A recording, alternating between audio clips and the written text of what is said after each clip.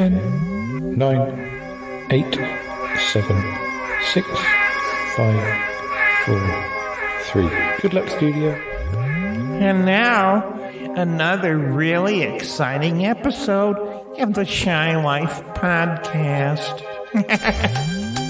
Oh, it's the Shy Life podcast. All I wanted was a pie, and then I hatched out of an egg. Okay, bring the mic over. He's ready to record. It's the quiet ones you've got to watch, you know. Is it metaphorical? Is it deep? Is it deep? Boy, he's not all that shy, is right. 33. Blimey, Governor. It's the Shy Life podcast. Excellent. 533. 533. 533. Hello, campers. How are you? Hello and welcome to yet another episode of the Shy Life podcast with me, Paul the Shy Yeti. How are you doing? Yeah, well, I'm all right. So, what are we going to be talking about on this episode of the show?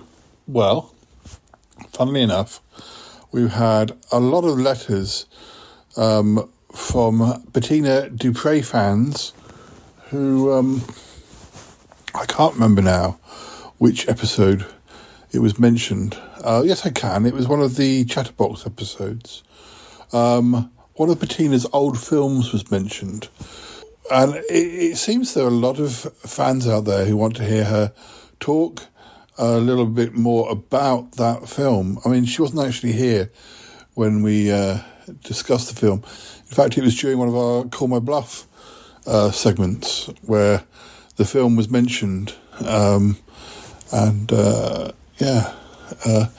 Anyway, so let's run that theme music. When we come back, Bettina will be here, and hopefully, we're going to talk a bit about it, and there might even be one or two clips. But I'm sure if you're a fan of hers, you'll know the film, but I won't mention it quite yet. Okay, run that theme music. Darling, it's the Shy Life podcast. Yes, but it's supposed to be painful. The High Life, the Shy Life. You won't find a cast of characters like this everywhere. Hello, Paul. You don't want for now. I'll go anywhere for a potato. Delicious. This particular episode of the Shy Life is a little more abstract than usual. Go Shy Yeti. Oh, I hope he hasn't found out my secret. I think he has. If you thought that was bad, just listen to this. Oh, I can't wait. I can't wait for it to begin. It's the Shy Life podcast. Sorry, did we say? I'm strangely drawn to Yeti Uncle John's ankles as well. Has the Shy Life podcast slowed down? I don't think so. It's all gooey and meaty and yum, yum, yum, yum, yum. So Paul, which of her films is it that you're going to be discussing? Is she here yet? Well, actually, she's not, no. But she is due any time now. Do we need to give her an audience? Well, the audience will be the listeners. So, no. Why? Did you want to stay around? Oh, I would like to hear her speak. Sure. I don't think that anybody else is about, though. No, Martin's with Tallulah, and I'm not sure if August is coming with Bettina, or whether it's just Bettina by herself. Where's Yeti Uncle John? Oh, something about helping Ick out with putting some curtains up or something. Yeti Uncle John is helping put curtains up in Ick's spaceship. I did not know that Ick needed curtains. Well, that's what I was told. You think that Ugg could help? I'm not sure.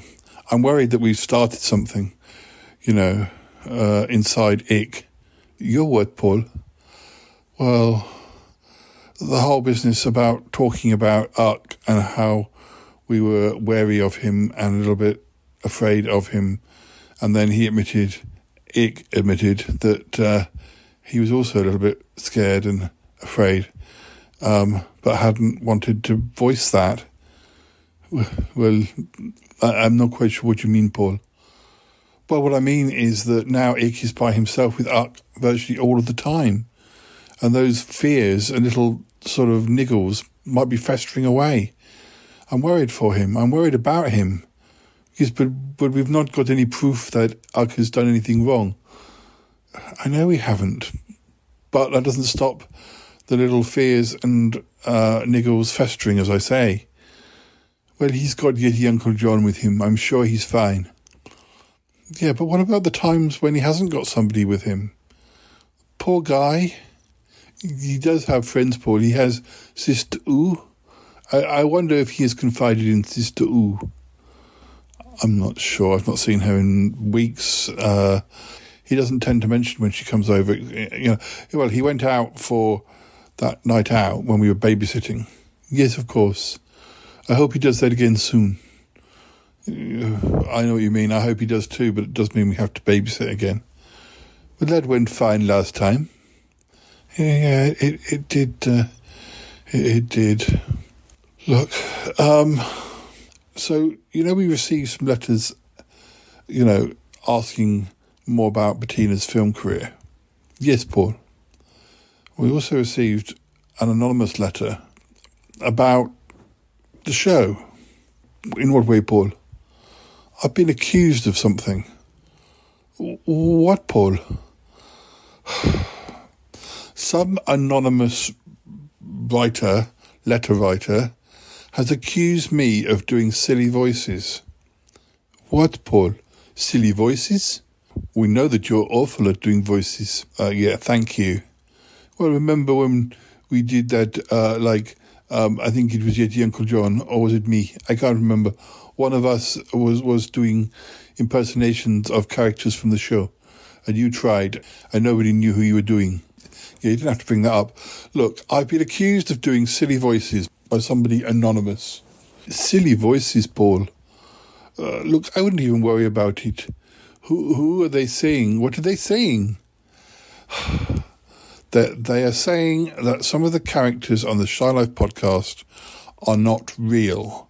That they are just me doing silly voices. Well, that's nonsense, Paul. Absolute nonsense. I know it's nonsense. Then you should not even listen to them. I'm trying not to listen to them. I promise you I am. But, yeah. Well, who are they saying? Which one of us are they saying that you are just doing silly voices for? Well, it's a number of the characters. They particularly mention, I don't know. Can you guess?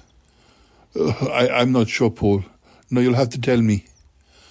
Well, they are accusing me of doing the voices, and not very well, doing silly voices for some of the cast members of the show, and they've named the following. Andrew Trowbridge, Lisa Parker, Martin Holmes, and Nick Goodman. All of those. Well, Paul, that's nonsense.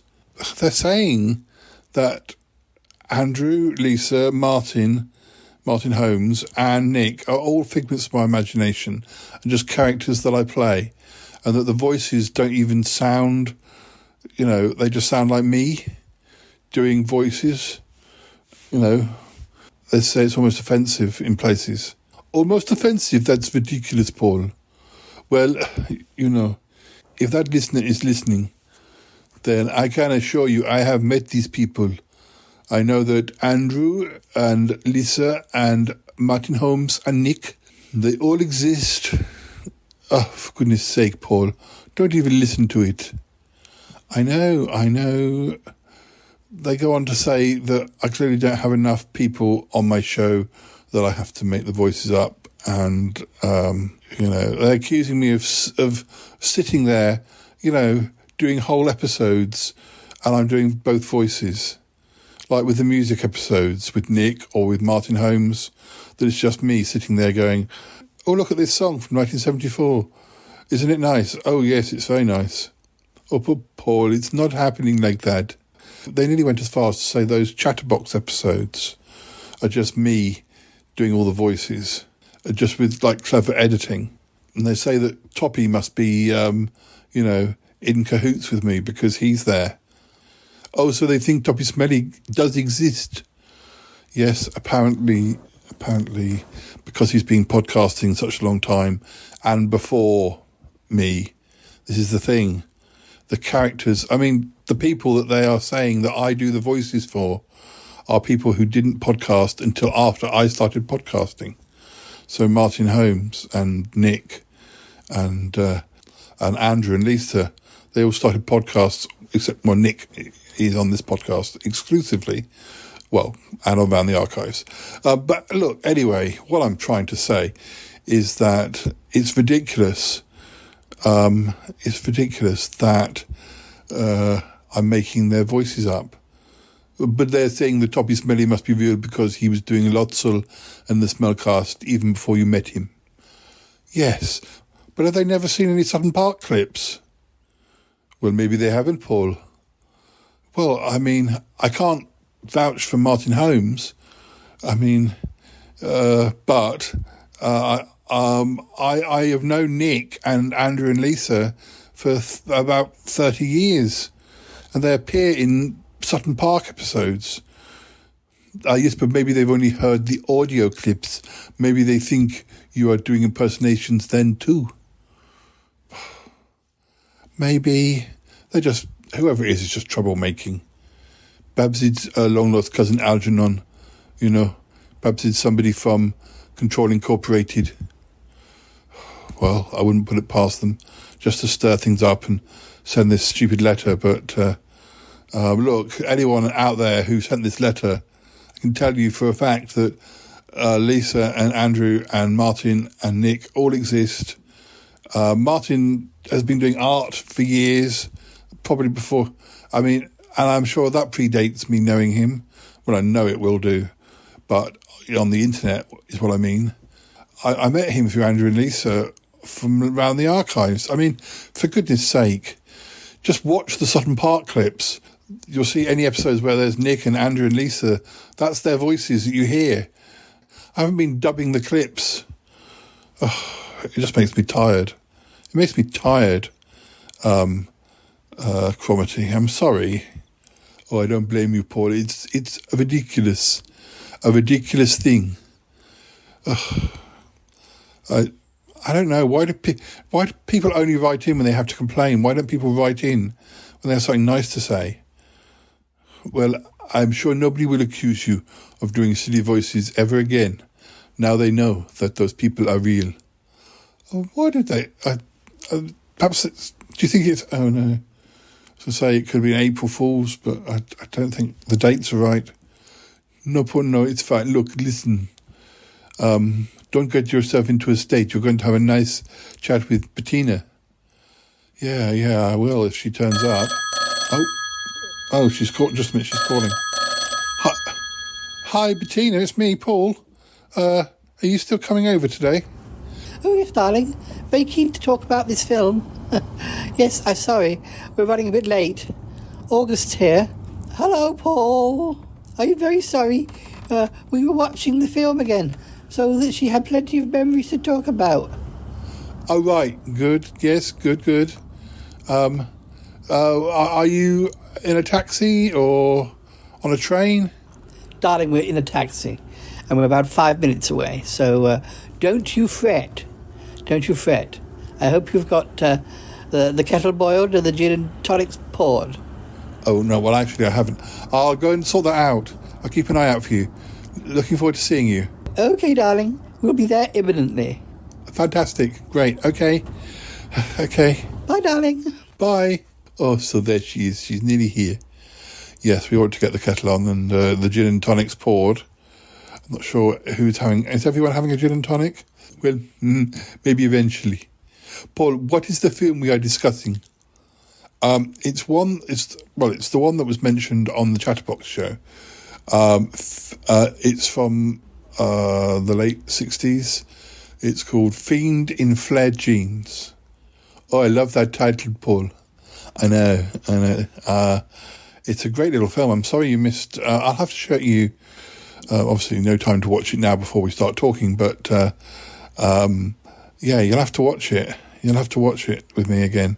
Fantastic. She's fantastic in it, you know. Well, it doesn't matter that I have not seen the film as yet. I just want to hear her talk. I want to hear her talk about her film. And, yes.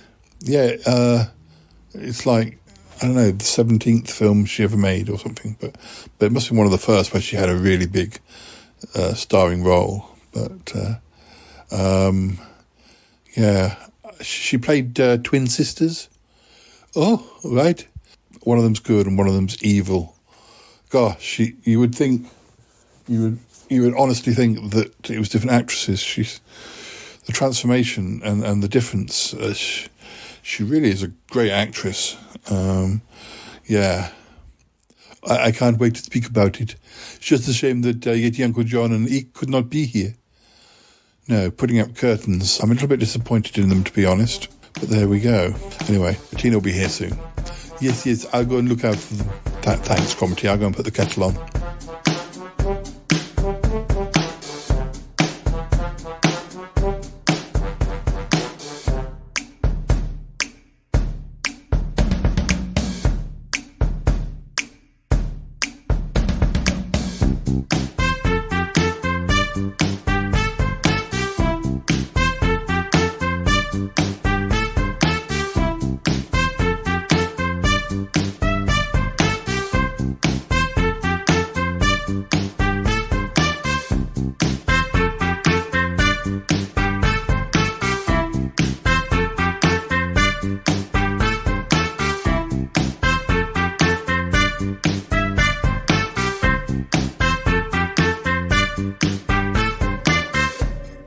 Uncle John, thank you so much for helping put up the curtains.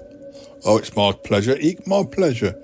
Yes, I'm still not quite sure why you wanted curtains put up. Well, you know, I know we have no windows in this room, but I wanted to make it feel more like a normal bedroom. So that's why I drew, like, window shapes on the wall. And now you have put the curtains up. It feels quite snug. Yes, this is going to be the place that I come to have tea and biscuits. Oh, yes. Biscuits.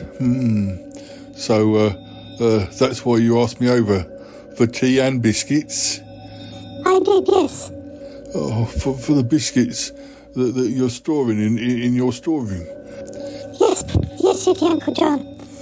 I've been having a think about it, and, well, you know,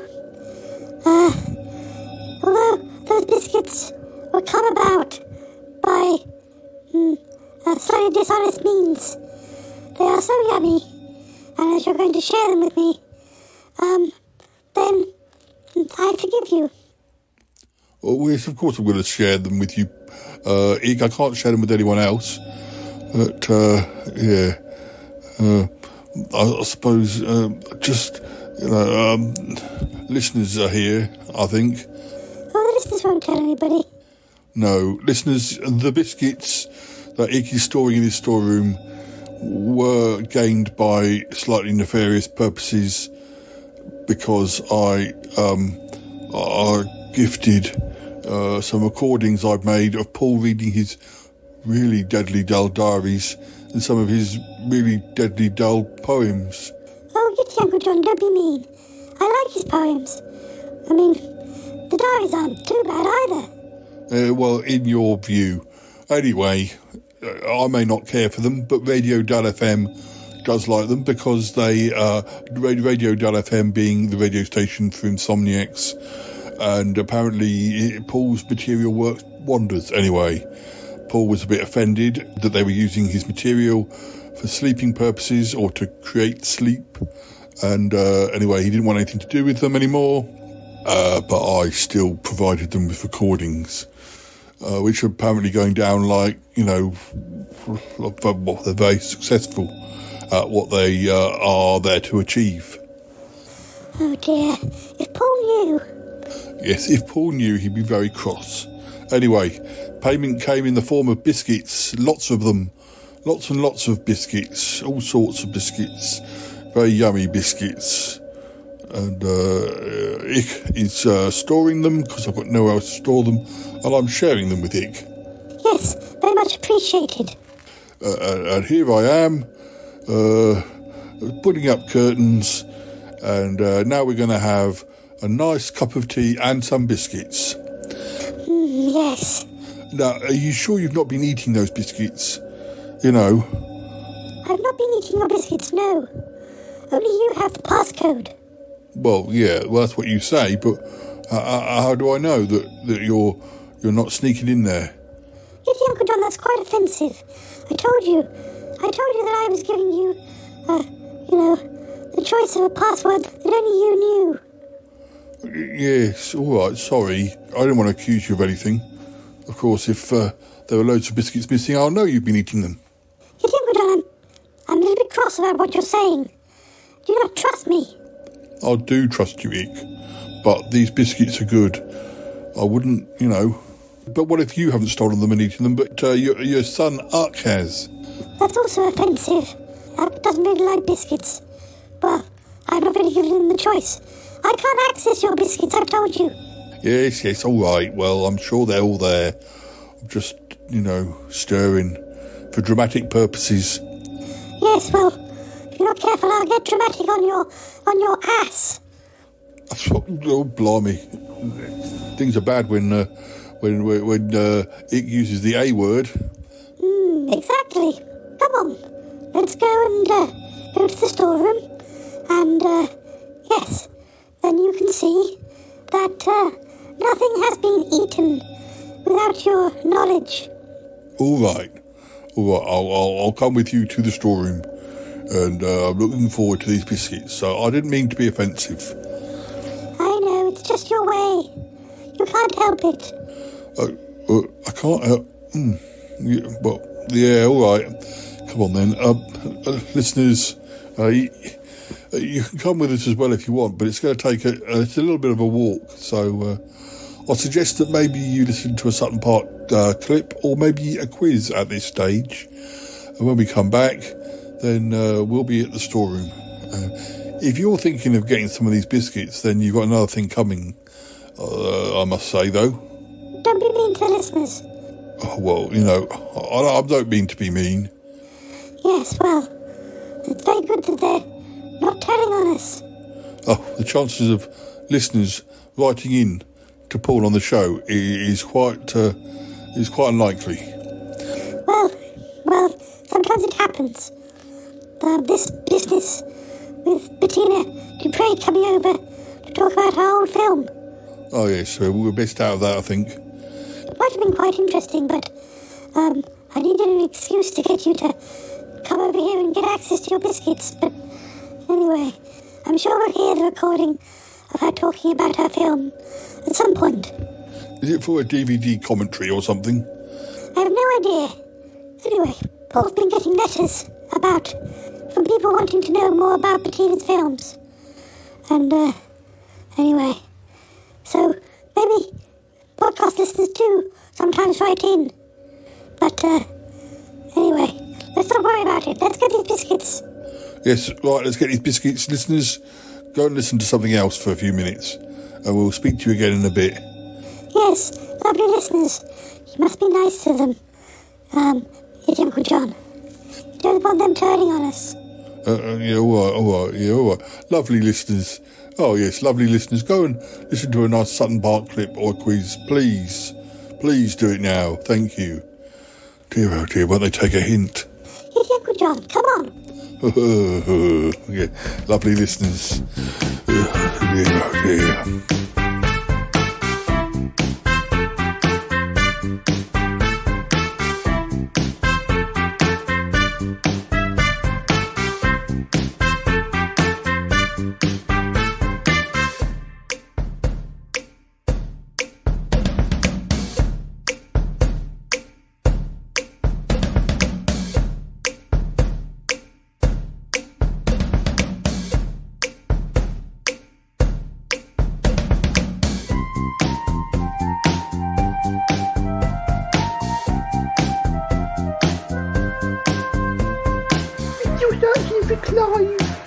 Yes, he's been missing.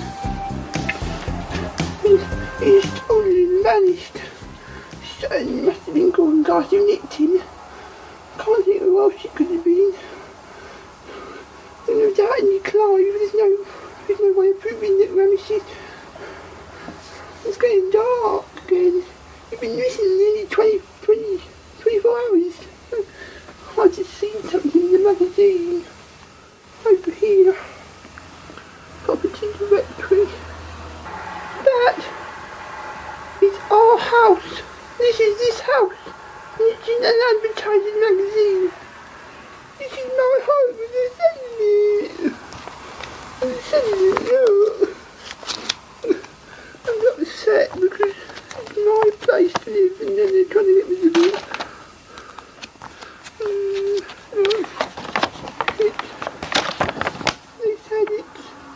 They said it's a character house. It's got nice little characters in it. Yeah, nice little characters. And it's comfortable but it needs lots of work. It has many original features. And a bathroom in the bedroom. And they're selling it. Please, goodbye. Our little house. Look, that's that window there. You won't get me out, I'm a squatter. Hey, Jay, we found him. Where was he? Oh, he was down here hidden behind something. Ramsey's just picking him up. Oh dear. Thank goodness we found him. He'd been left out at least he wasn't left out in the rain or in the garden with all the dew and stuff. Oh dear. Yeah, this way. So how is he then? You've been looking at him for hours. How is he? Is he going to be alright? Do you think it was Gordon Garth who took him? It must have been, mustn't it? Yes, yes, Jay. I think that's without doubt. Ramesses, he is alright, isn't he? Oh, please tell us he's alright. Alright, now listen.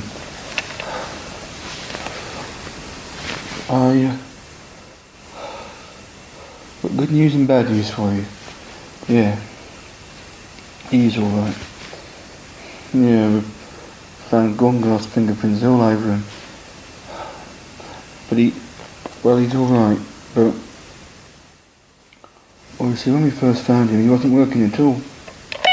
It's 12:38 a.m. No sound, no nothing.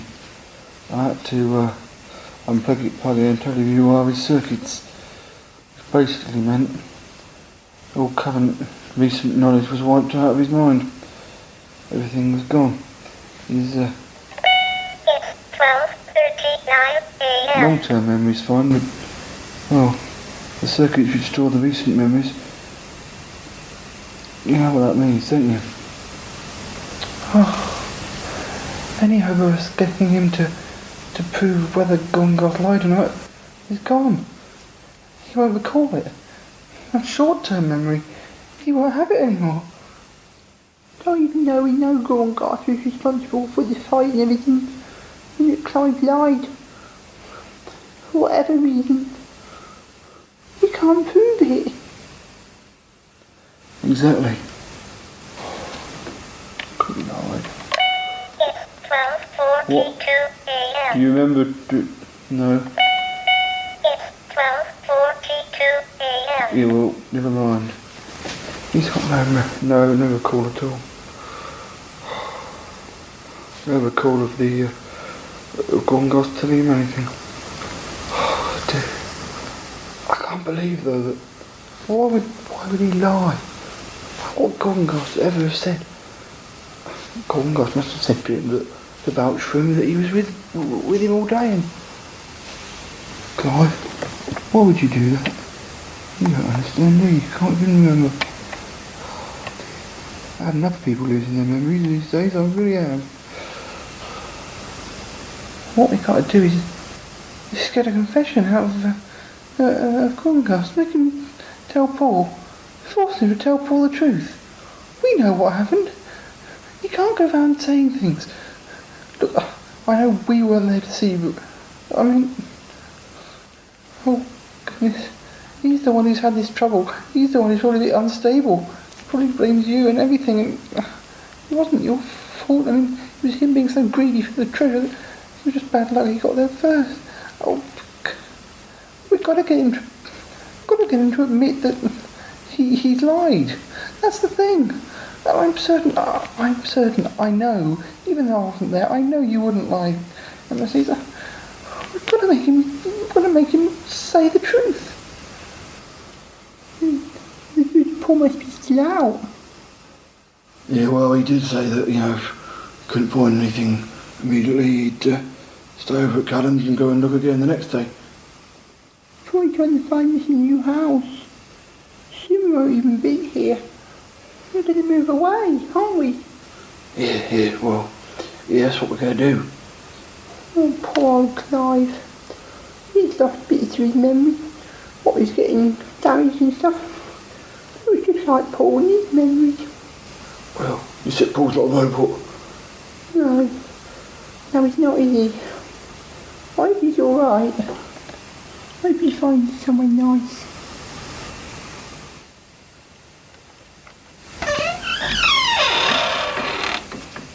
Come on. Alright, hello everyone. Hello. Where is everyone? Quiet. Alright. Hello. Hello, it's me, John. Hello, Clive. It's 12:52 a.m. A message? Alright. Alright. 12:52 a.m. Right, alright, smash. Owen, come in.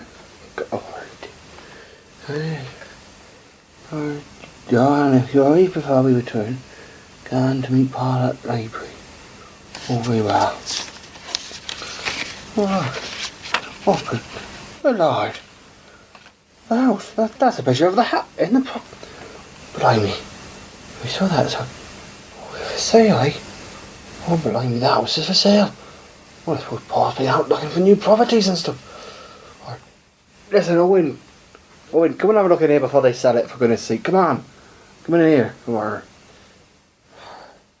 Come on, don't be shy. There's no one in here. They've all gone down to the library, yeah. Come on in. There you are, Owen. There's nothing to be scared of, is there? Hey? No. It's very nice, thank you, yeah. Very nice.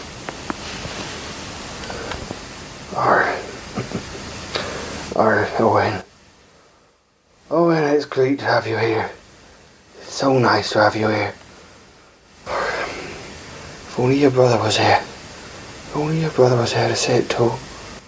Alright. Owen. You just wait till you meet everyone. You'll love them, they're all so friendly. You just wait till you meet them all. I think this is going to be really nice. I can't wait. Meanwhile, back in Manchester, at the Vampire Research Department, we have arrived early. There's no one here, not even Tremaine. Interesting. Videos documenting everything on vampires. Yes.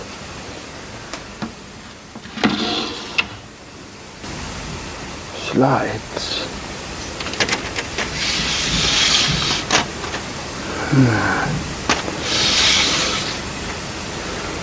Interesting.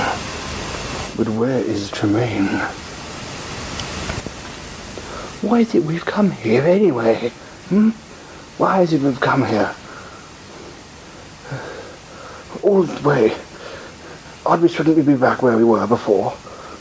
Shouldn't we be back in Camberley? No. Zanzibar wants us to make sure that Tremaine does not spread suspicions about any of our current endeavours. Yes. We will wait until Tremaine arrives. Tremaine shall not spread the suspicions about anything. About me, about Zanzibar, or you. We will make sure that Tremaine knows who exactly is in control. Well, do not forget. Do not forget me. I am still here. Do not forget the controller. The controller. Yes. A sudden strength has returned to me. It is because Katrina is no longer with us. Yes. That was my doing. I sent hate through Bakov. Yes. She may return yet. There is much to be done. I think I have the strength to go out again. Master, I shall continue your work. I shall try and make up for everything that went wrong during my weakness. I feel that once again I am strong enough. Uncle! Uncle John! Uncle John, can I see this clock? You say talk. Can I talk to him? Alright, that's right, yeah, but we gotta go. Gotta go soon and meet the others. Yes, okay, Uncle John. It's 6:42 p.m. You talk. It's 6:42 p.m. You talk. Yeah. It's 6:43 p.m. He says he recognises me. He says he recognises my face. He says some funny old things at times with that clock. Aye. don't worry about him, eh? Or he does say some funny old things.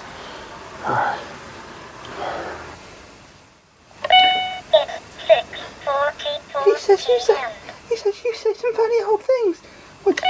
It's 6:44 p.m. No, my name's not Barlow, I'm Owen.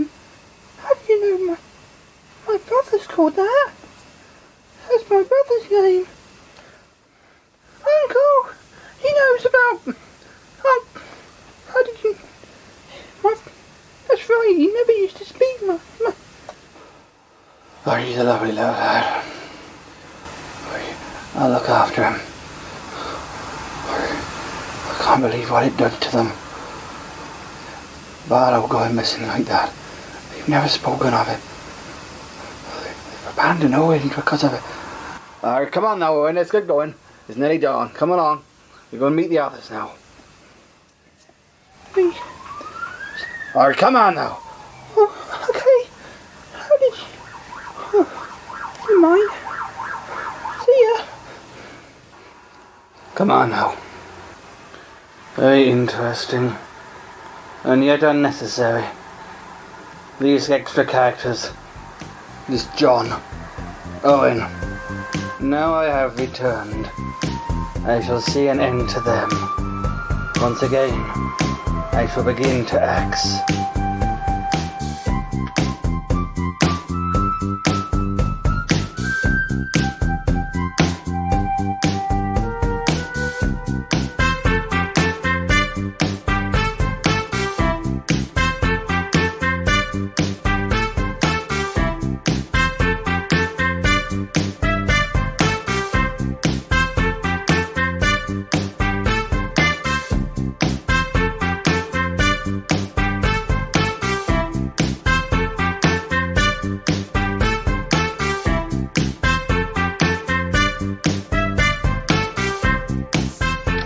Bettina, it's so good to have you here today. I've not seen you in a while. Oh, darling, it's a pleasure, an absolute pleasure. Oh, gosh, I never thought I'd be sitting here however many years it is, since I made Fiend in Flared Jeans, talking about it, I never thought that anyone would be interested. Oh, yes, Bettina, they're very interested. It's funny. I don't think we'd ever discussed this film specifically before, but it was a question in one of my Call My Bluff sections in a recent Chatterbox episode. The question was about it being your first major film role, which it certainly wasn't. It was actually your 17th. Oh, yes, darling, yes. I'd been working for quite some time before then, but all over the world, so, you know. And some of these films, they just didn't get shown in the UK, but they're, getting a cult following these days, it seems. Well, yes, indeed. Just from my own sort of film collecting hobbies, I didn't know about a lot of the Italian giallo films from the late 60s and 70s until I started listening to the Stereo Continues podcast. A lot of those films weren't very well known, but a lot are now available on Blu-rays with commentaries and Well, I'm not sure if Fiend in Flared Jeans has quite got to that level yet, but soon. I would think it's, any day now. So let's just backtrack slightly. Your character, when I did the question, I mentioned the character Countess Doolally Jones. That was the character you played in the film. One of the characters. Oh, exactly, darling, yes. Now, it was just one of the characters because it was the main character. So Fiend in Flared Jeans starts with my character living in a mansion, and then her twin sister, who isn't a countess, Ursula. Her name was Ursula, and my name was Petula. I was the Countess Petula Doolally Jones, and my sister, my twin sister, see, that's how I ended up playing two parts. My twin sister, who had tracked me down. I think if I remember, I don't think I even knew I had a twin sister, but I did. Ursula. And yes, I got to play both characters. It was wonderful. And then, the film was about our rivalry, and was she trying to kill me to take over my place? Was she going to, try and pass herself off as Petula, as the Countess? That's quite standard, like giallo territory. Particularly the late 60s, giallo. They're often sort of like some of those Patricia Highsmith books, like sort of Ripley, Talented Mr. Ripley, or Stranger on a Train, somebody sort of arranging for somebody to kill somebody, or somebody trying to take over someone's place, or somebody trying to, somebody's trying to make a character feel like they're going mad, for want of a better word. Oh, yes, darling. Well, it was all of that. All of that. Poor Petula. But we mustn't give away too many twists. But, we haven't actually said what year this came out in. Now, I before I knew the date, I thought maybe it was like early 70s because of the reference to flared jeans. Oh, yes, and it was Ursula who arrived. Oh, that moment when she said, I'm sorry, I'm talking about it in the third person. It was me. But as I arrived as Petula, I knocked on the door, and there was a storm outside. I think it was more thunder and lightning than actual rain. But anyway, I was immaculate, even though I was supposed to be the long-lost sort of poorer daughter, the daughter that nobody knew existed. Well, yes, there I was, standing on the porch. Hello, sister, it's me, Petula. You never even knew I existed, did you?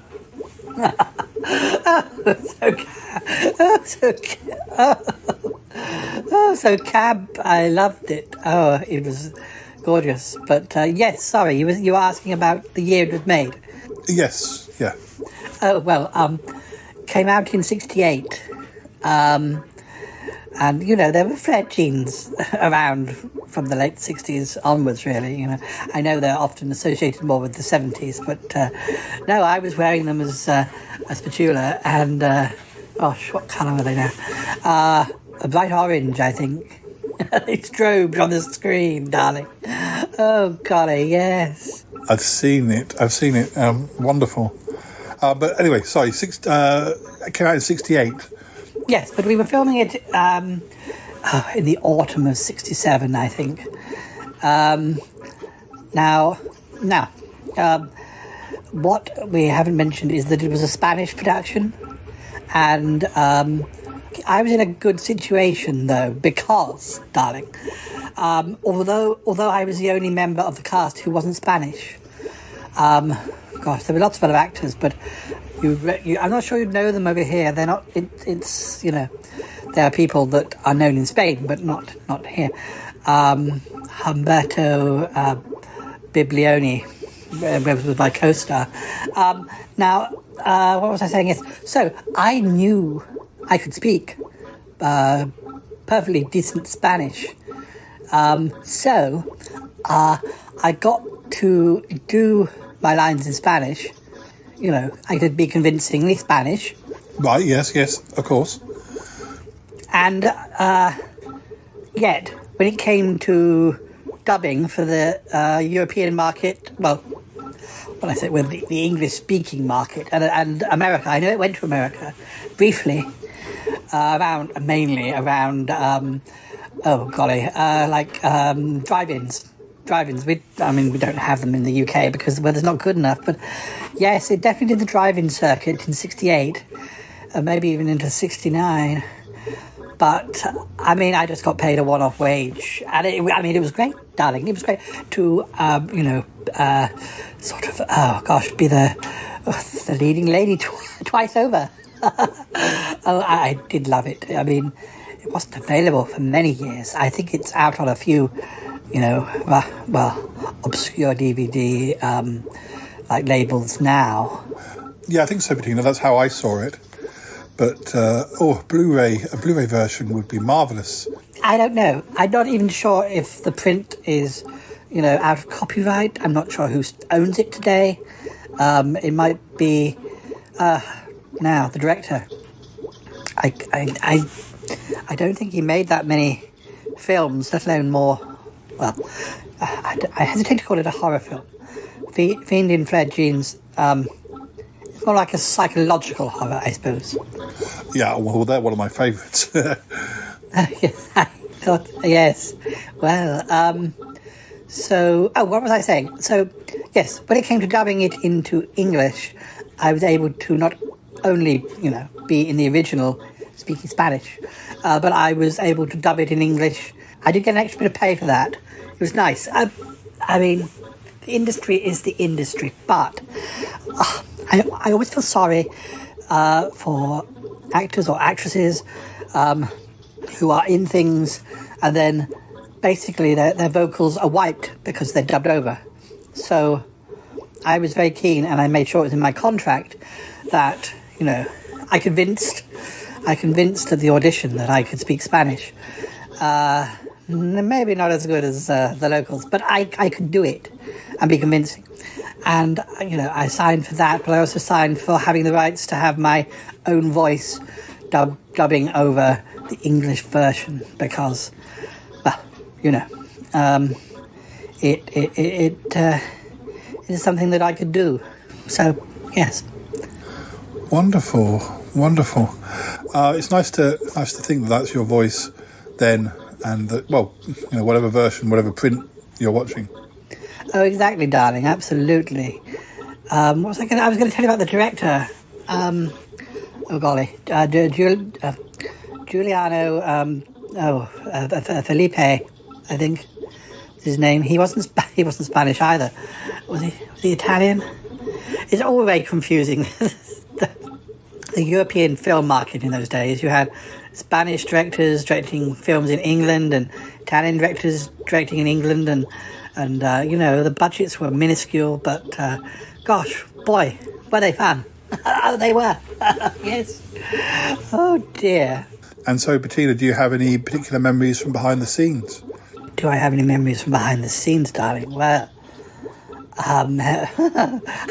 now you're asking, darling. Oh gosh, I wasn't married to Max at this stage.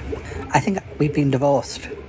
I had been married to Max. I think I was young, free and single. So Humberto and I don't think that he was youngish, older than me. I think he was married, but I didn't ask questions, darling. I didn't ask questions. Bettina. Oh God, he was spunky, darling. He's spunky. Oh, he had this. Oh gosh. Humberto, yes. We had a little bit of a fling, I must say. We were filming in the autumn. A girl needs a cuddle at the end of the day. Or those sets. Well, they weren't sets. The castle is very cold, you see. I needed a cuddle. Well, I don't blame you. I've seen him at work. He looks like quite a... Oh, stallion, darling. Quite a stallion. Bettina, you're making me blush now. Oh, darling. Oh, no, it was wonderful. We had a great time. Gosh, there was a lot of wine flowing. And maybe a few cigarettes, if you know what I mean.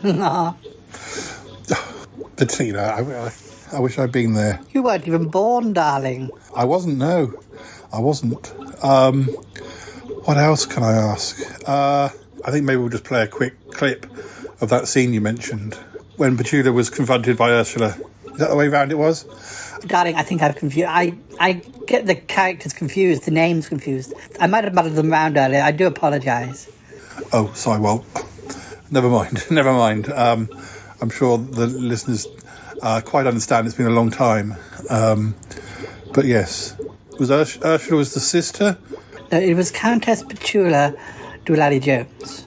Not a very Spanish name. I think that's the English dub version. I think she had a far more European name, a Spanish name in the actual original edit. But I always think of her as Petula. Yes, Petula Doolally Jones, Countess Petula Doolally Jones, and it was the long-lost sister who was Ursula.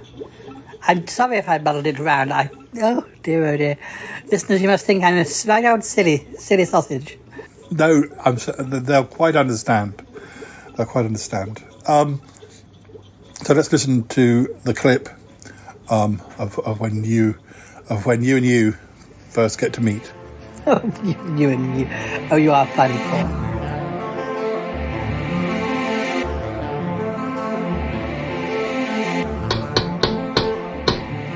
What on earth can that be at this time of night? I was just about to retire to my boudoir. Do you want me to see who it is, Countess? Oh, please, Jeeves. That would be wonderful. I suppose I should speak...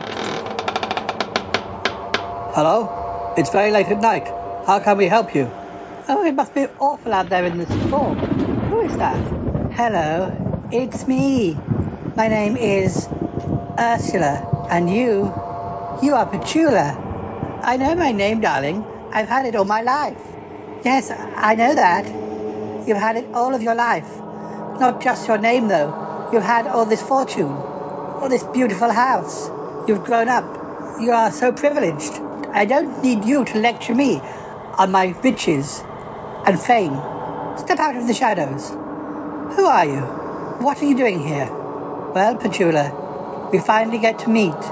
It is I, Ursula, your long-lost sister. Finally we meet. Well, at least for the first time in many, many years. What? Ursula? I don't understand. They said you died at birth. Oh yes, well they would do, wouldn't they? They didn't want you to know you had a twin sister. But here I am now, and I'm ready to share with you your glamorous lifestyle. Sister dearest.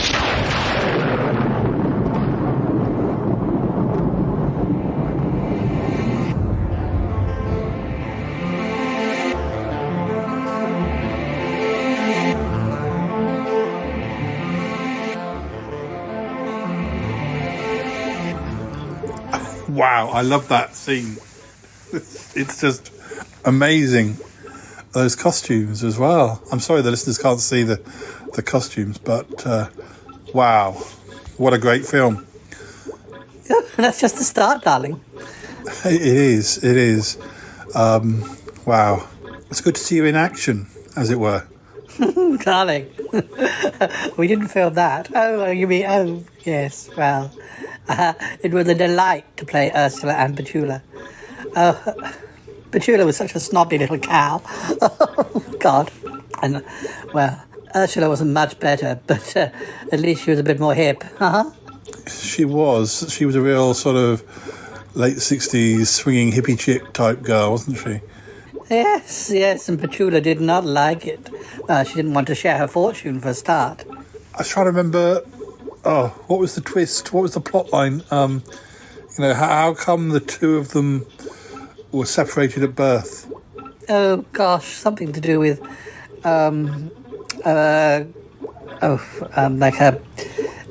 gambling or something. Had something to do with, like, if you lose this, I get to have your baby or something. It was crazy. It really was ridiculous, but fantastic as well. Poor old Ursula lost in a game of cards. Something like that, darling, yes. Oh, gosh, yes. Now, what, yes. Oh, well, I was going to tell you about some of the locations. It was beautiful. We filmed in Barcelona, but we also filmed in Madrid. There was a party scene we filmed in Madrid out in a big courtyard. It was, that was a night. Oh, yes, did the party spill over into real life? Did it ever, darling? Did it ever? Oh, blimey. Gosh. August, what is it like hearing these stories? Oh, well, I wasn't around for this film, but I know that, Damius was about, but also not at that film. Yes. It's very strange, August. You have your life as an artist now, and yet sometimes you have memories from your past. Oh, yes. I've been having some counselling about that. I remember my life as an actor, but it does feel like a dream. Feels like many years ago. And anyway, my darling Bettina, well, she was much higher flyer than I was. Yes, she was appearing in these big movies. Well, they may not have been big, but compared to what I was doing, they were big. Travelling, making films in Italy and Spain. Yes, France as well. Well, I can understand, yes. It's great that she still has these memories and can talk about them. I must see the film, it sounds amazing. Yes, I like the title, Fiend in Flared Jeans. 1968. I'm reading it off here on the IMDb website. Oh, yes. Well, Paul has a copy, I only hope they can get the film released on Blu-ray at some stage. Yes, that would be nice. Yes. Oh, she looks so happy there. Thinking back to her past. Yes, well, she's had quite a life. She obviously had quite a lot of, problems as well because, she'd been married and divorced and, at this stage in the late 60s she was free and single and it can't have been too long before she met Tappy, Aunt Tappy. Oh, yes, I'm pretty sure they met in the late 60s or early 70s, I forget. She has told me, although she also contradicts herself on occasion. Oh, yes, well, the memory can cheat. I guess so. Anyway, let's keep on listening. Yes. Oh, it's just a shame that Eek and Uncle John aren't here. I think they'd enjoy this. Oh, yes, well, busy putting up curtains, I believe. Yes, I believe so. Strange. Why couldn't it have been postponed? But anyway, let's listen.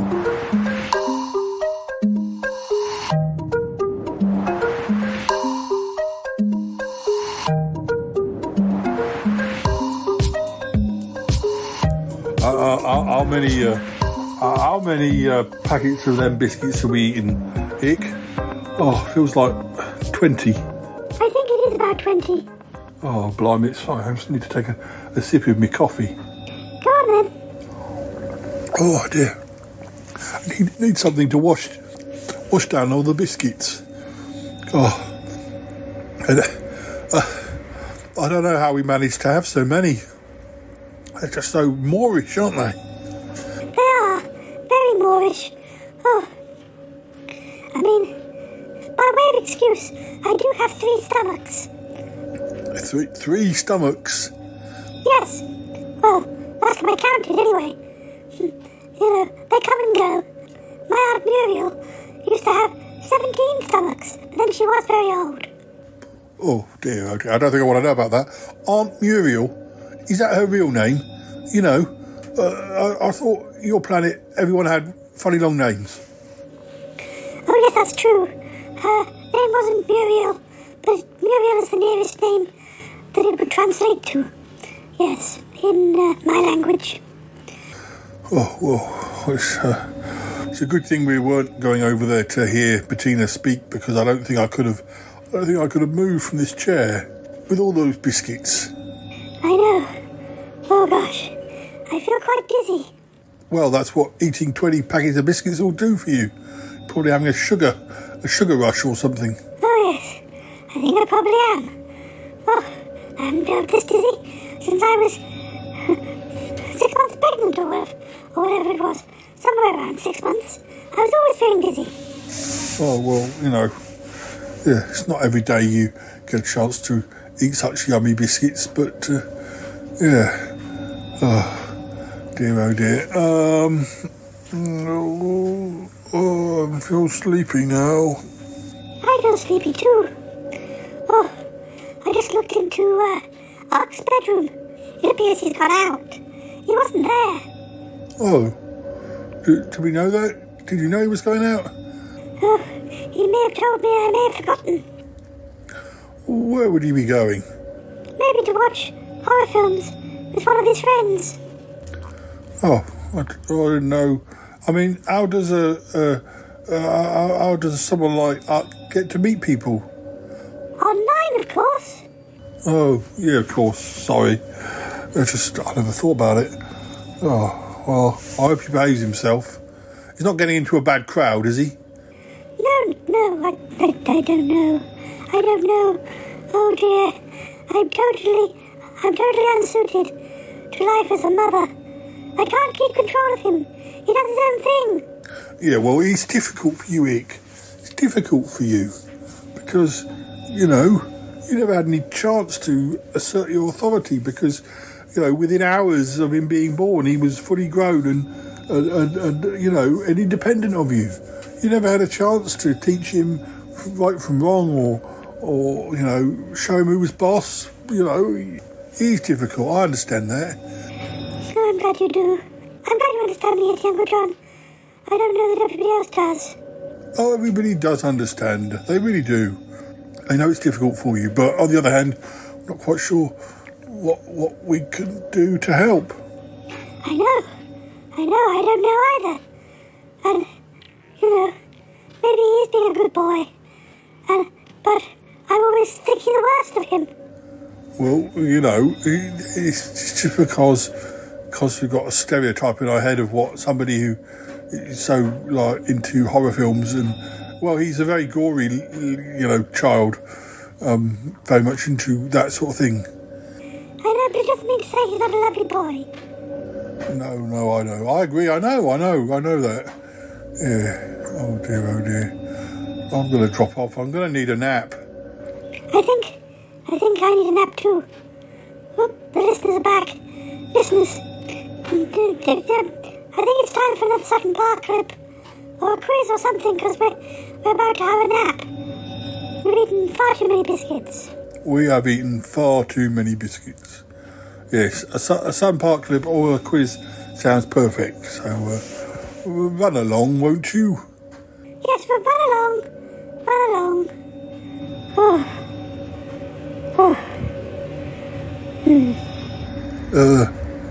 Don't fancy another biscuit or two before bed? Maybe. I'll go and put the kettle on. Oh dear.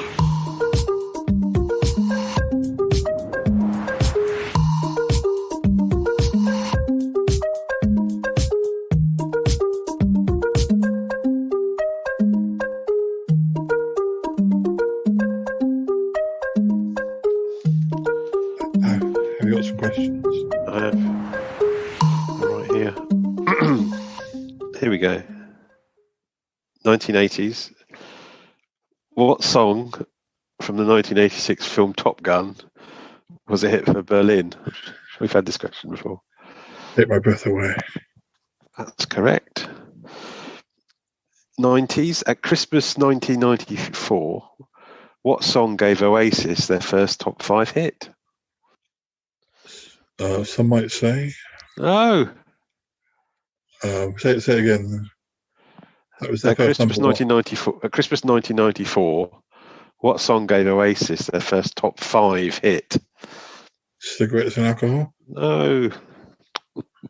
Come on. Did my Jeremy Paxman. No. Supersonic? No. Come on. I don't know then, because I know some might say it was their first number one. I don't think they'd had that many hits before that. It's Whatever. I thought that was later than those ones. Because Whatever wasn't on. What? Doesn't make sense. I was just always some might say on Morning Glory maybe. I thought Whatever was the single between albums, but. Well, I don't know what one's got to the top in the top 5 or 21st century. Oh, you won't get this one. T-Rex. I do. 21st century boy. Wycliffe Jean. That's the first bit of the question.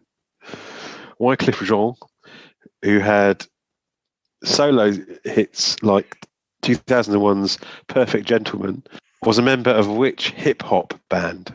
The Fugees. Yes, well done. Nobody knows anything about his solo hits like Perfect Gentleman. No one's ever heard of that song. Complete the title of Sam Smith's theme from the 2015 James Bond film Spectre. Writings. Writing on the Wall. Yeah, Writings on the Wall. That's correct. Initials. Which 1985 song by Queen has the initials Alpha Kilo Oscar Mike? AKOM. A Kind of Magic. I thought it was called It's a Kind of Magic. Dream. That's it. Oldies. In 1994, we're going back a bit here. The Beautiful South had a hit with Everybody's Talking. The theme song from which 1969 movie? E.T. Rider. Everybody talk. No, not quite. It's Midnight Cowboy. Same thing. Yeah, same thing. Yeah. Often referred to as the same film. Yeah. 80s again. What nationality were Men Without Hats who had a hit with The Safety Dance in 1983? German. Oh, no, they're Canadian. I thought they couldn't speak English very well. Oh gosh, under what name? This is 90s. Under what name did French musician Quentin Dupieux reached number one in 1999 with the instrumental Flat Beat? Basically, you had a number one with flat beat. I know.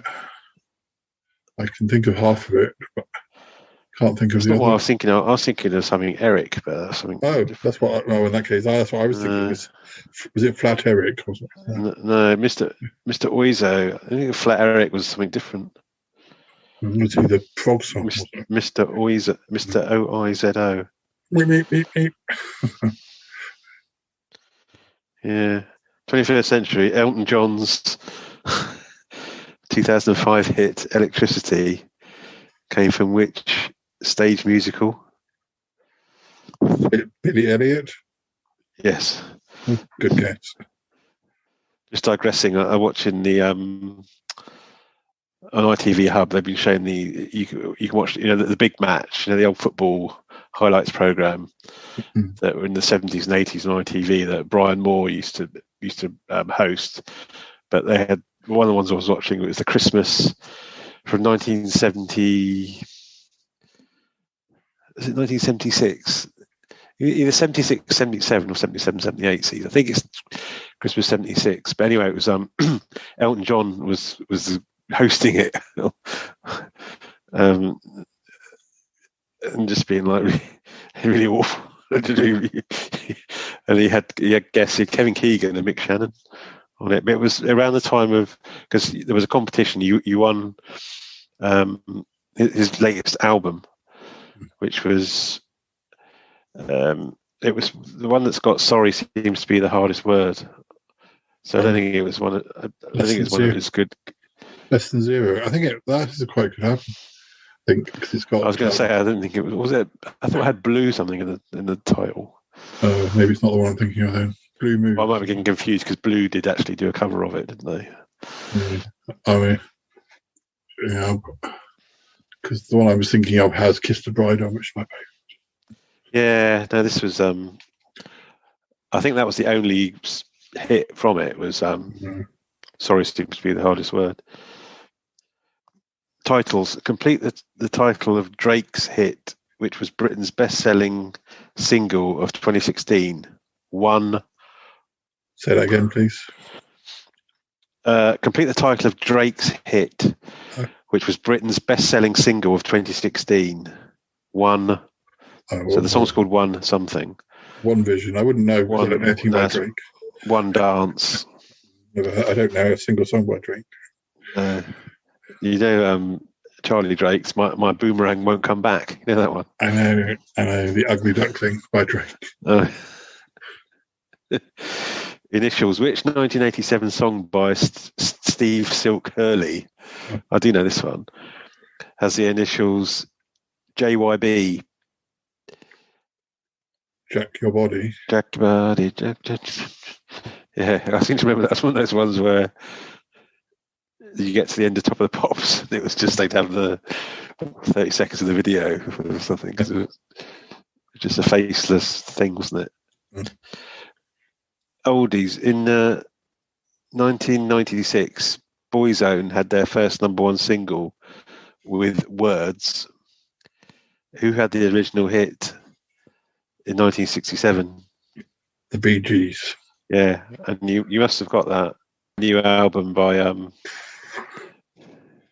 the Living Gibb, Barry Gibb, because he's performing that song with Dolly Parton, and it was the first time they'd met, or the first time they'd met in like 40 years or something stupid. So they're going to be that friendly.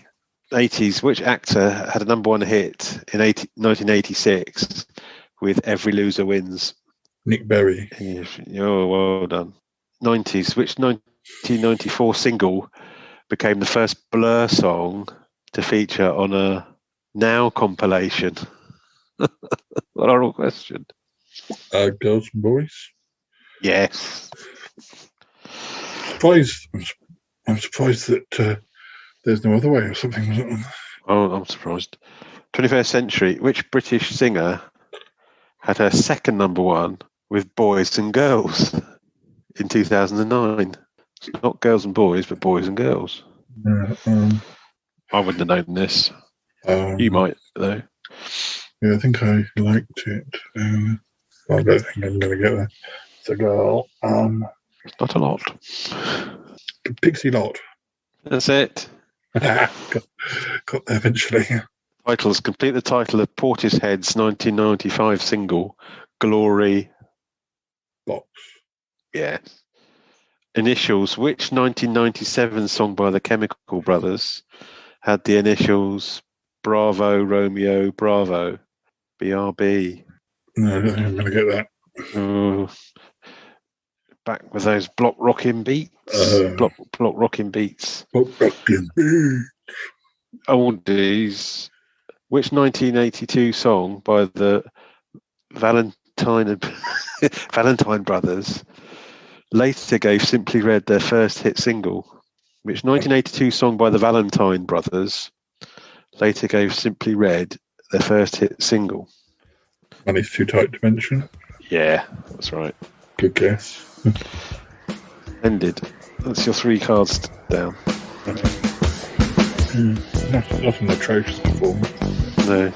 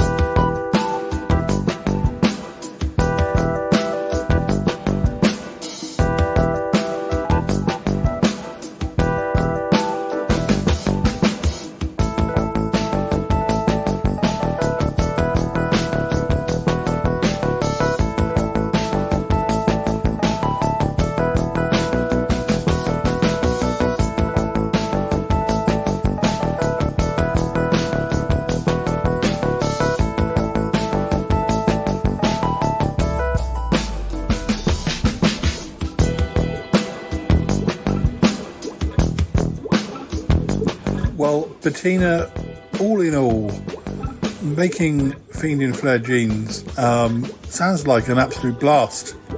Oh, darling, yes. I mean, what a time to be alive. 1968, 1967. I do remember it wasn't long before I went over to Spain to start filming Fiend. If I remember rightly, it was only a month or two after I met the Beatles. You met the Beatles? Oh, yes, darling. I was at the launch party for Sgt. Pepper. I think that came out in late May 67. And I went to the launch. And, yes. Go on. I met the Rolling Stones. Really? Oh, yes. Who else? Yes. Well, I can't tell those stories. I need to save them for my autobiography. Still, 67, a busy year for you then? Oh, was it ever, yes. Did you get to go to many, things like that, though? You know, record launches? Well, not as many as I would have liked to, but now when was it? Later in '68, after Fiend had come out, and I was making another film. I can't remember the order of them now, but some of them were very big and some of them were very small, and the record labels, for every like Sgt. Pepper, there were albums that perhaps weren't as big a deal, but have since become bigger deals. Do you get me, darling? Yeah. So I went to, in late 68, I got invited to go to a little do for the Kinks for an album of theirs called the Village Green Preservation Society. I know you like that one. Oh, yes, very much. That didn't do so well at the time, but has done a lot better over the years. So, one of my favourite albums. Yeah, one of my favourites too. I think it was sort of revived a bit in the 90s when, Blur did Parklife. Yes, I remember reading about that. Well, I remember it, but, yes, I think I remember it. Oh, gosh. Well, I'm sure there are many other stories I can think of, but I think I've run out of anecdotes, darling. No, Bettina, that's fantastic. I'm going to play one last clip. This is from later in the movie, when Petula thinks that Ursula's going to kill her. That's right, darling. I like this one. Go on, play it.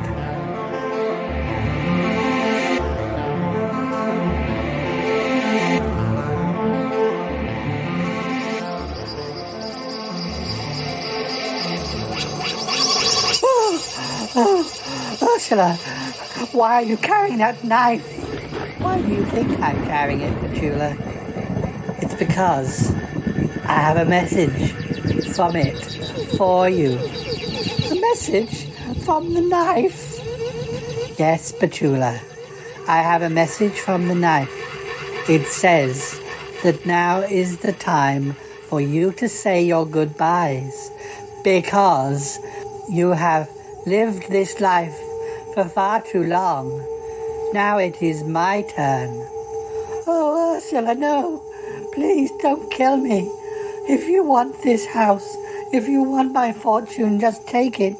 Just let me go. You don't have to kill me. But I do, Petula. But I do. You cannot be trusted. I can't let you walk out of the door. You're not just going to hand it all over. Let the knife decide. I have talked to the knife, and the knife has told me there is only one thing to do. I let the knife decide. Your fate, Petula. Oh, no!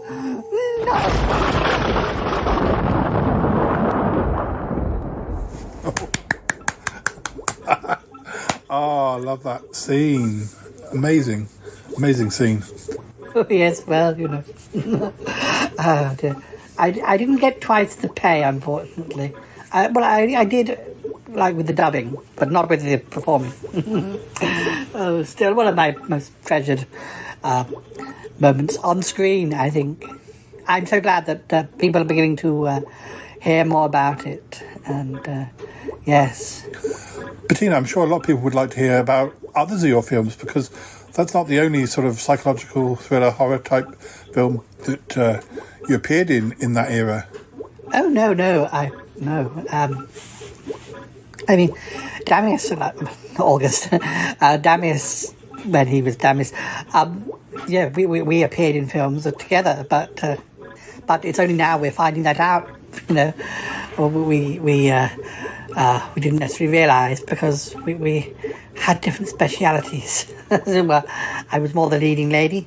He was more the talented, I don't know how to put it, but behind the scenes. Well, not behind the scenes.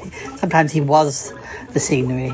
But yes, we had different specialities. Sure. Well, maybe we can look through your filmography and choose another title to discuss at a later date.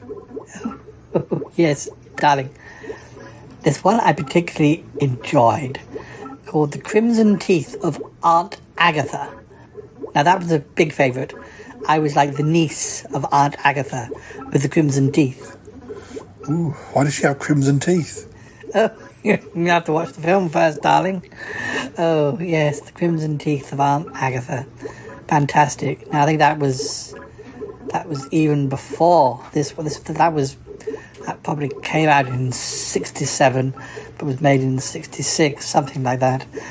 But anyway.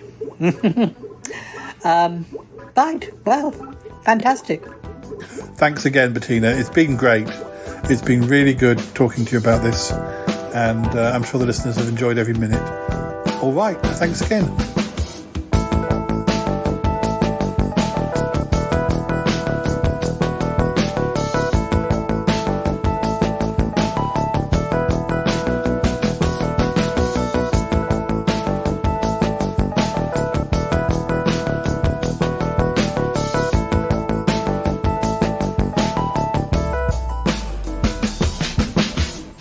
Hey listeners, before we end this episode, I've got some music. It's actually by Harry. Yeah, our old friend Harry. It's actually inspired by Fiend in flared jeans. There's a musical motif that goes through certain scenes of the film, and Harry was inspired. So he's composed a new piece of music which he calls a love song from Fiend in flared jeans. You might want to have a listen now, and then we'll be back to say goodbye. Okay, have a listen.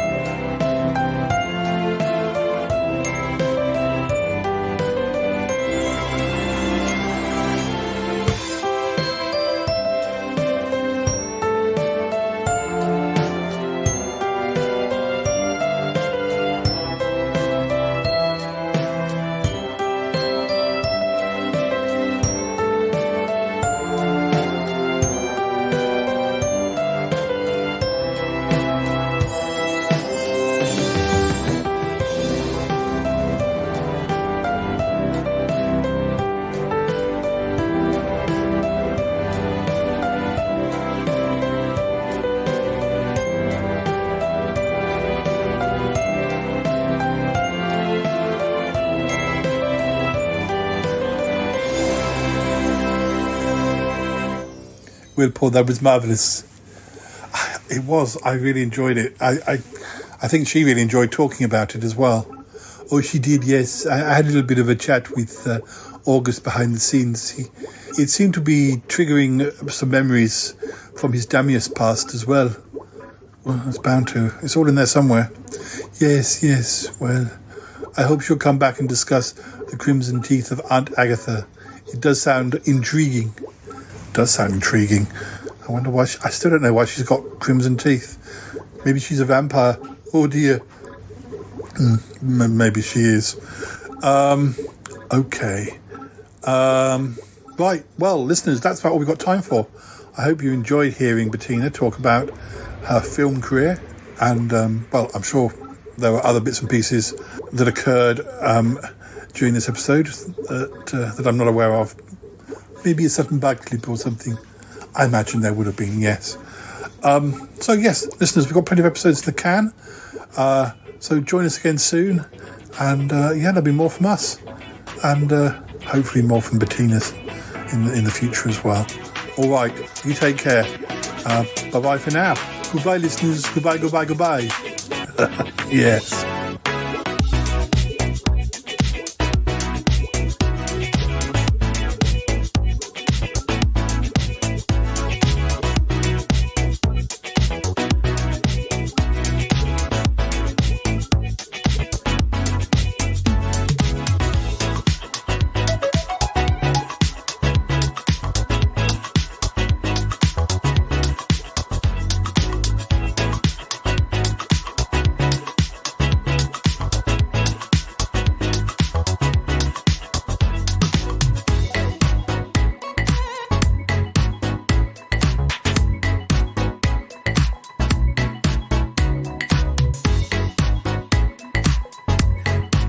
Darling, was I all right?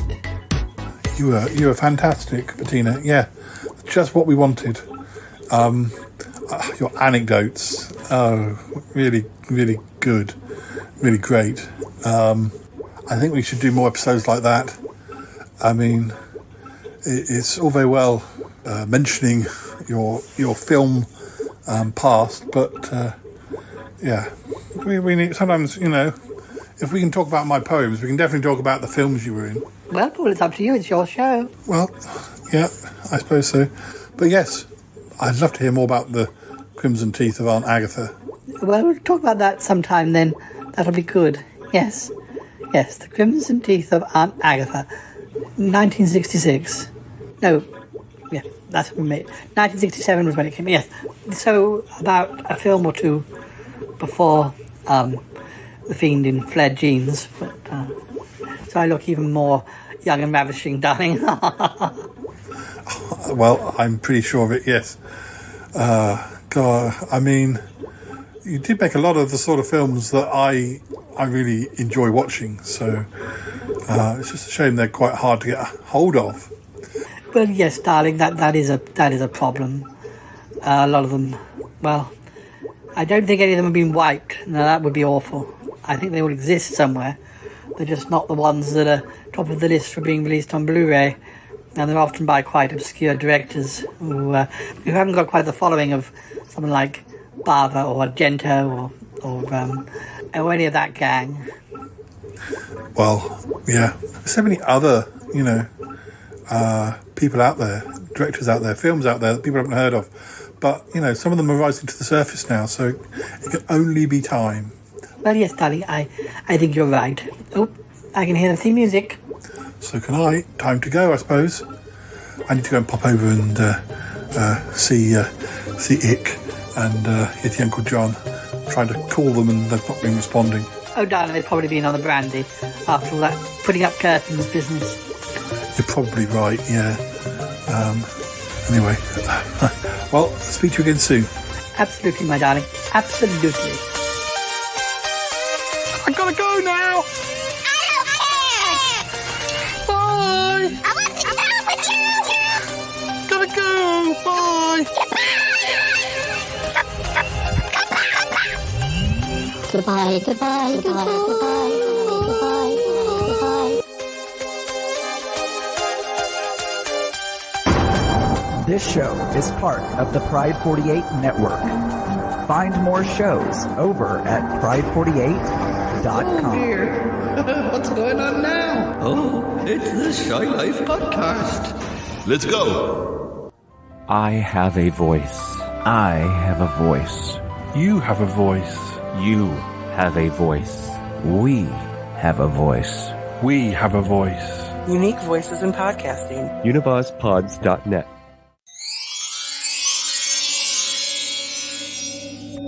Hello, Ick. It's Uncle John. Are you there? Oh my goodness, Paul's arrived. Quick, hide all the biscuit packets. Oh my goodness. Oh my God, quick, yes. Look, you go and speak to him. I'll hide the packets. Oh dear, Ick, it's Uncle John, where are you? we're just here. I'm just coming. Oh, how are you, Paul? How did it go? Oh, it was great. Bettina had some really good anecdotes. You got sugar on your lip. You've been eating donuts again. Donuts? No, maybe. Oh, yes, maybe. Yes. Your Uncle John bought some donuts. What? Your Uncle John bought donuts, even though he was helping you put the curtains up. Shouldn't you have been buying the donuts? Well, your Uncle John, he's always so generous. Really? Never brings me donuts. So Bettina and August gone home now? Yes. And, Cromitty's just, putting his feet up. Not that he did that much. He just kept August chatting but we were thinking about getting a takeout. I don't know if you wanted to join us. A takeout, Paul? Oh, I'm not sure. Eating all those donuts has really filled me up. How many donuts did he bring? Oh, about 10 packs. Yeah, we rather overindulged. I thought Uck was going to be in, but he's nipped out somewhere. So anyway, I was just tidying up in there. All right, and so the curtains are up now. Can I see them? No, it's not quite finished. But yes. No, it's not quite finished. But anyway, well, I don't think I'm up for a takeout tonight. But thank you for popping over. A takeout, you say? Yeah, you interested? What sort? Indian, Chinese? I don't mind. Oh, probably a Chinese, like a buffet. Yeah. Oh, yeah, Uncle John. After all those biscuits. Donuts. Oh, donuts, yes. Donut. Poor it. You need a nap. You can't remember what you've been eating. Oh, yes, I know. Well, I'll go back and I'll speak to Cromitty and get it ordered. Just the usual buffet. Yes, that would be fine. I'll be over in a minute. I just need to check in on the magpies on the way back. All right. I'll see you both later. Yeah, great. Okay. Didn't got a spare donut for me. Oh, no, I'm sorry. We ate everyone. Yes, everyone. Sorry, Paul. No, that's fine. I'll see you later. Yes. Oh, it's Uncle John. Oh, I'm sorry. I nearly ruined our story. Oh, it's all right. Donuts, biscuits. What's the difference? I'm not sure. Well, I'm pretty sure that those biscuits in my storeroom are far nicer than any donut. Yes, I think so too. Oh, they're very good, aren't they? Beginning to miss them. I think I might need to have one or two more before I head back. Oh, yes, me too. I could do with 5 or 6 more myself. Let's just let's open one more packet before I go back. Yes, that would be marvellous. Then I think I should go to bed. Oh, yes, I need to keep some room for this Chinese meal, but anyway, I'm pretty accommodating when it comes to food. Oh, I know it. It's Uncle John. Oh, come on then. Let's go and have another biscuit. Or 7. Oh, yes, or 12. Yeah. Oh, yeah. That's good. Right.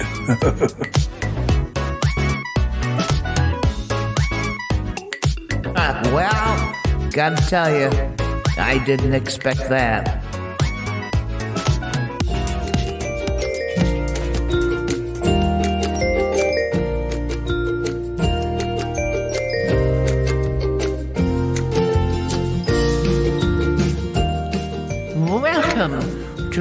Rapping with Tappy, a brand new show on the Spellcast feed, wherein I, Tappy Danielle, whittle down my entire life experiences into small sound bites of advice for the contemplation of a modern audience.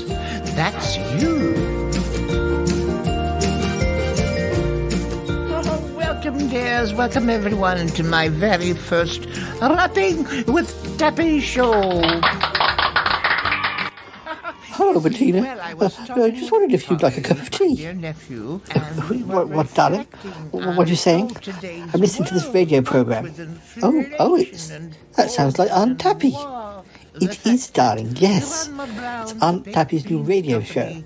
Well, podcast, radio show. Well, I don't really know, but anyway, it's very good. Oh, well, it's good to hear her voice. Shall I go and put the kettle on? Oh, yes, darling, all right, put the kettle on. And I'll keep listening to this. Listeners, it's on the latest episode of the Spellcast. Episode 571.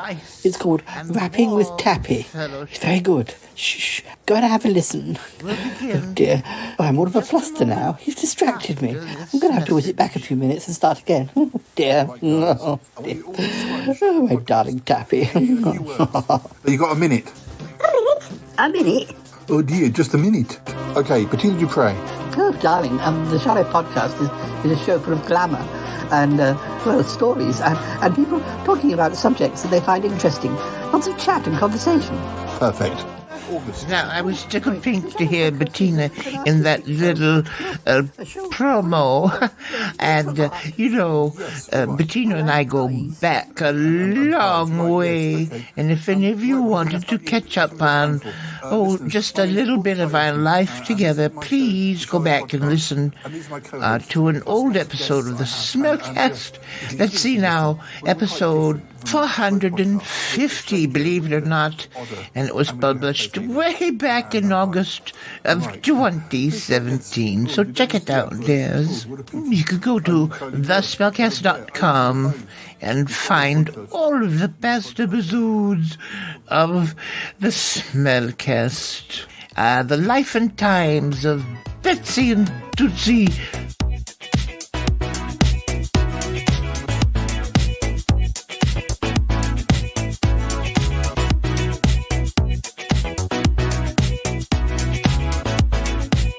What the hell just happened on this show?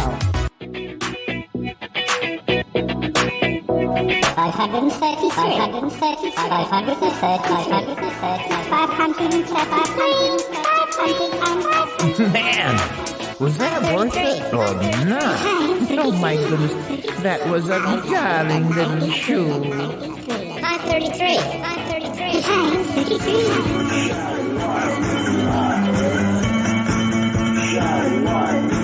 This is just the weirdest thing I've ever heard.